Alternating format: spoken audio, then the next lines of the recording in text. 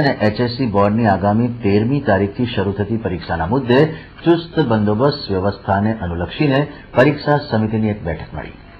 SSC અને HSC બોર્ડની આગામી 13મી તારીખથી શરૂ થતી પરીક્ષામાં વિદ્યાર્થીઓ શાંતિપૂર્ણ પરીક્ષા આપી શકે અને કોઈ અવ્યવસ્થા ન સર્જાય તેવા આશય સાથે આજરોજ જિલ્લા કલેક્ટર ડોક્ટર વિનોદ રાવ, જિલ્લા શિક્ષણાધિકારી નવનીત મહેતાના અધ્યક્ષસ્થાને પરીક્ષા સમિતિની એક બેઠક યોજવામાં આવી, જેમાં વિદ્યાર્થીઓ દ્વારા પરીક્ષામાં થતી ચોરીઓ ડામવા અને વિજ્ઞાન પ્રવાહના કેન્દ્રો પર તકેદારી રૂપે સીસીટીવી લગાડવાના મુદ્દા સહિતની ચર્ચા કરવામાં આવી। આ બેઠકમાં વિવિધ શાળાના આચાર્યો પણ ઉપસ્થિત રહ્યા હતા। ખાસ કરીને વિજ્ઞાન પ્રવાહના જેટલા કેન્દ્રો છે, કેન્દ્રો ઉપર પૂરેપૂરી તકેદારી રખાય, સીસીટીવી જ્યાં હોય તેના ફૂટેજનું કવરેજ થાય। સાથે સાથે આ વખતે વડોદરા શહેર અને જિલ્લામાં ચોરીઓના જે કંઈ દૂષણ હોય એને સંપૂર્ણપણે ડામવા માટેના પણ પ્રયાસ હાથ ધરવામાં આવશે।